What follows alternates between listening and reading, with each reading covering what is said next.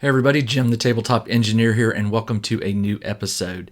In the past, I have been doing some goblin terrain. It's been very popular.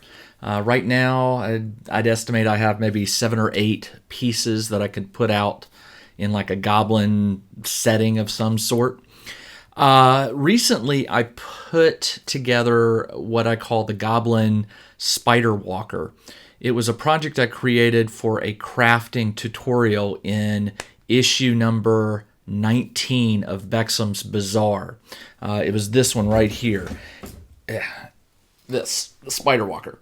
It turned out to be very popular, and I enjoyed making it, and it's very cool to see it on the tabletop. But it's a good size. It's kind of like a walking watchtower of sorts, where you could put the goblins up on top here. So I realized I needed to make some new goblin terrain, so I was looking for inspiration.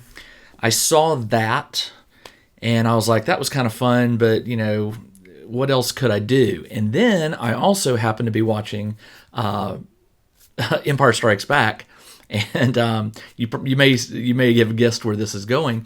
In that, I saw a particular vehicle that got my brain going.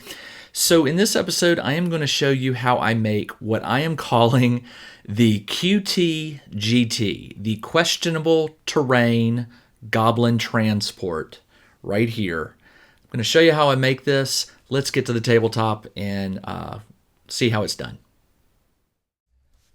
When I started this project, I wanted the chicken walker to have wagon wheels for the feet, but I could not come up with a way to make good-looking wheels at the scale I needed. So I went to Tinkercad real quick, and I created a wagon wheel at 3 inches in diameter. It makes it easier to do the detail work when you're designing at a larger scale. Then when you're done, you can shrink it all down. So what I'm doing here is I'm just hollowing out a wheel, and then I'm adding the spikes, and you'll see that I drag this over and I make a copy, and I rotate it 90 degrees. And it just, Tinkercad allows you to design things that are very, very accurate in terms of placement of items. To create these kind of spokes at this small of a scale, just to explain, when I finish laser cutting these wheels, they are 3/4 inch in diameter. The actual spokes are about 1 millimeter wide. So again, very, very difficult to make something like this out of chipboard or other items. So I decided to go to my laser cutter. I have a glow forge. And the Glowforge really, it cuts and etches. And so what I needed was to cut a bunch of wagon wheels. So what I'm doing here in Tinkercad is I'm creating the basic 3-dimensional shape. And then in Tinkercad, you can export to what's called an SVG file. Any part of your object that crosses the XY plane can be exported out to an SVG. So what I'm doing here is I'm going to make 8 copies of the wheel. You can see that I'm just dragging out copies.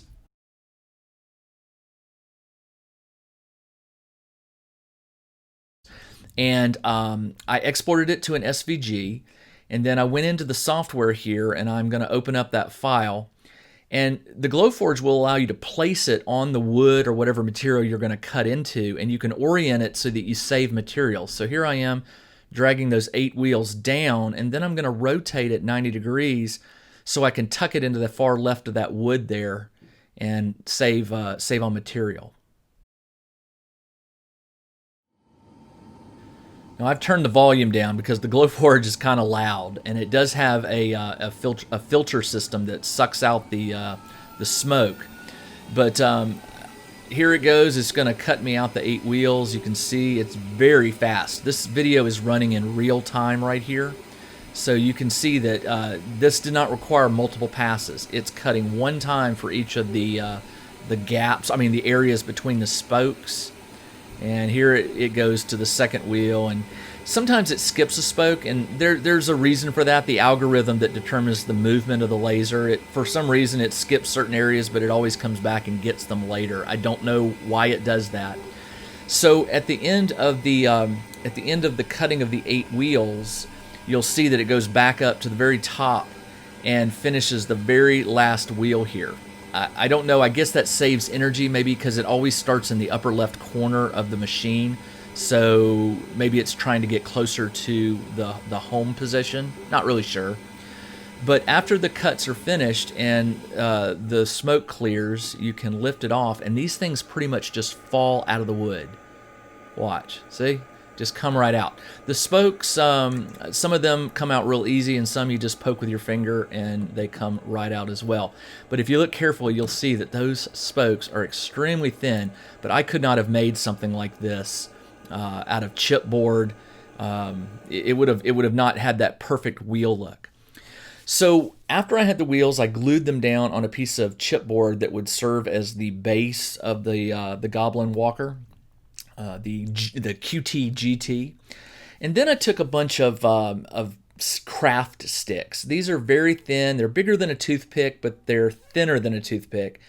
And I started playing around with the legs. Now, I knew that I was going to need to leave some gaps in the legs. So you can see, if you look carefully and pause the videos, you'll see that there are gaps where I inserted spacers. And I do this for various reasons. One, to make the object lighter, but two, to give myself space to insert other sticks. So right here, I'm inserting that in the middle. That one right there is getting wedged down in between it. You know, there is no right or wrong way to design this thing. This was all done just sort of haphazardly. I've edited out some trial and error mistakes, so you're seeing the final result. But once I glued, I guess what these would be called, maybe the ankles or maybe the calves, I don't know. I went to the next section, which is more of a vertical section, and glued those on. Everything here is being done right now with wood glue, because since I'm cutting chipboard and using wood toothpicks and pieces, wood glue is going to give a much stronger hold. So that's why you're not seeing much of the hot glue gun, although I do use that sometimes in this project.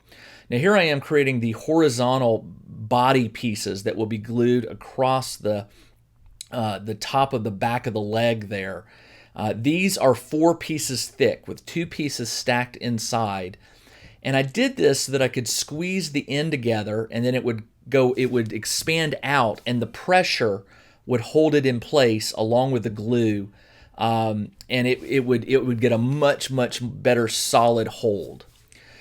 Here I am adding planks that have been cut from chipboard. These were just cut randomly to look like wooden planks, and I glued them on as armor, what the goblins would add to protect the inner beams. I put them on the inside and the outside of the ankle and the top portion of the leg, but not the top horizontal piece, because that's where what I'm calling the crew cab is going to be inserted. Next, I cut what I call a skull-shaped head piece out of chipboard, and I used some chipboard planks to sort of fill in the area, leaving the eyes and the nose hole visible. And then once that glue dried, I took scissors and I just cut off the excess so that the planks were flush with the original skull shape, as you'll see right here in just a second. I'm going to start cutting them very soon here. Okay, so there's all the glue. The glue dries, and then I take a pair of scissors and I just trim it all the way around, and you'll see the finished look right here. Each month, Bexham's Bizarre RPG and Wargaming magazine provides gamers with articles, props to print and cut out for players, mini adventures, new monsters, and much more. Look in the description below for details on how to get a few free issues so you can see what you're missing. Then you're going to want to do the back. So I just covered it with glue, and I basically did the exact same thing with a bunch of wooden planks. Glue them on sort of in a random pattern. Make sure there's some gaps for, to catch the eye. And then when that glue dries, you're just going to trim around again, trim it flush with the skull. Now, while that glue is drying, I glued on some posts that are very small dowels. What I'm doing here is I'm creating, like a little box where the goblins would sit in as they're riding. And this is just done sort of trial and error. I glue on horizontal beams and vertical beams, and these will form the internal part of the crew cab, and then I'll use smaller planks cut out of chipboard to sort of glue around the edges and on the bottom to make the area where the goblins will stand. So here I am just finishing out the base. I glued, to make it stronger, I created a complete box all the way around. And then I glued it to the back of the skull with some small sticks as well, just to reinforce it. And then here I go. I'm just gluing a bunch of small planks all over the box, except for the top, so that the goblins will have a place to stand. Here I am gluing up the reinforcements for the back of the skull, and then the other side and the front. And I did the floor as well, but I don't think I shot video of that. Maybe I did. Let's see. Yeah, I did. Here's the floor. The floor is getting cut as well. Now, after I did the floor, I went and cut 6 pieces of string, all roughly the same length, probably about, I don't know, 7 or 8 inches. You want to give yourself plenty of room to make some errors. I cut 6 pieces. I tied a knot in one end right here, and then I trimmed close to the knot on the shorter side. And then I applied hot glue and I fed it through the gap and I pushed it down on the floorboard. And then I cut a small piece of chipboard and glued it over the knot just to hide it from view right here. Just glue that down and hide it from view. Then I applied glue to this cab and I glued it into the main body where I thought it looked nice. Next, I took the strings and I sort of split them out. 2 went to the front that will control the feet, and then 2 will go to the rear and 2 to sort of the second joint on the back of the legs. I would use hot glue to hold them in place, and then I would wrap them around a few times and use hot glue to seal the knot. And then I would cut any remaining string, leaving just a little bit so it looked like rope had been tied. And these will simulate rope that the goblins use to move, the legs. In the real world, this would never fly. It would never work. But why not? The goblins use rope to pull the legs and make this thing walk. Sure, whatever. All right. So after I glued up all of the string to simulate the rope, I went and cut some tips off of some round toothpicks. And I glued these onto the armor over the legs, just for an added bit of fun, something to keep people from running up and climbing up the thing. These spikes.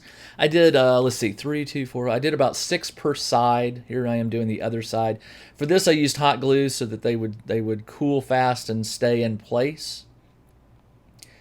There we go. And then I added teeth. Why not? You got to add a couple big teeth for the skull in the box. I went out and painted it all black, and when that's dry, I gave it 2 coats of burnt sienna.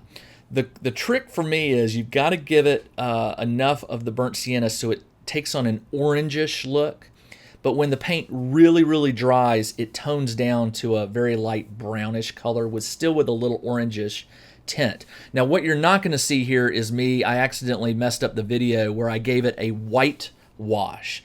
I did a very light white dry brushing all over all of the burnt sienna, and that turns it into this aged wood look. Next, I covered the base in tacky glue all around the feet and the base, and just covered it with sand to give the base a texture that matches the other goblin pieces that I have done.